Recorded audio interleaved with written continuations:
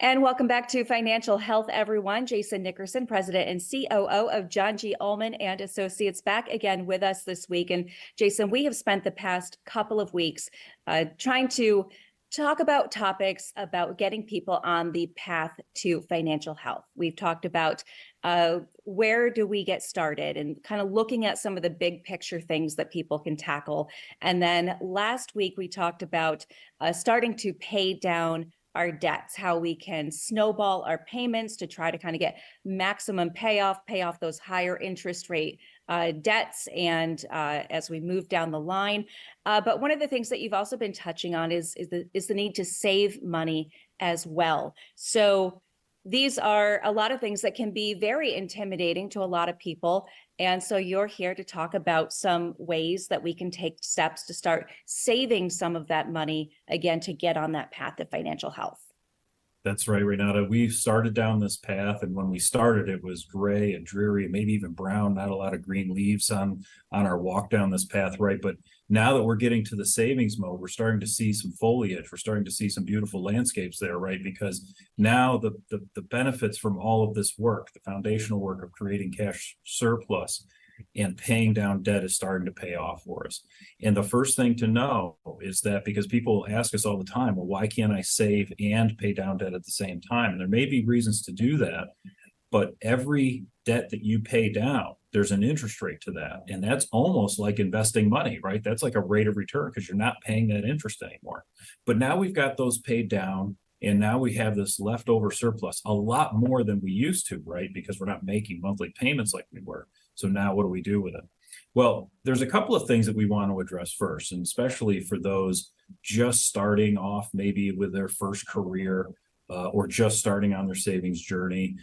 There's sort of a 1 and a 1A to our list. There's emergency savings, and then there's retirement savings. Now, the reason we look at it as sort of together is because that retirement savings with our employers may come with some benefits. If we put money in, they may put money in, and that's free money. All we have to do is invest in ourselves.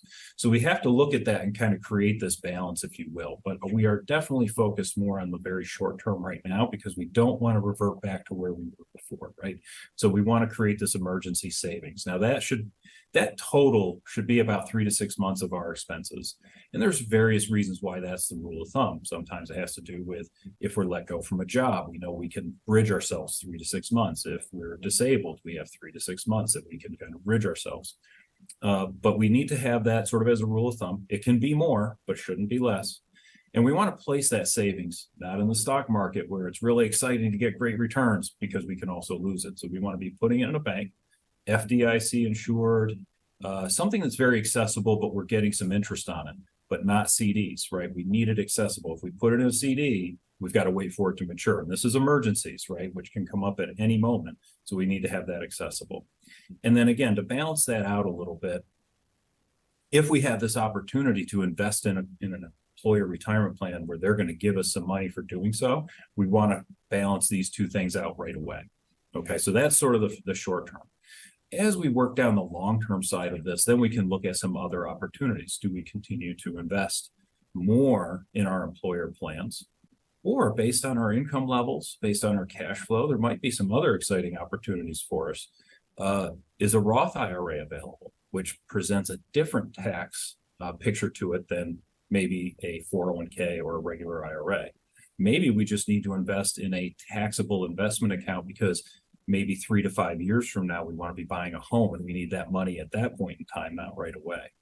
So the idea here is start short term and then work with your advisor to then build out a longer term investment plan that is suitable and tied to those goals and objectives that may be anywhere from 2 or 3 years out all the way to 30, 40, 50 years out. And we've touched on this before.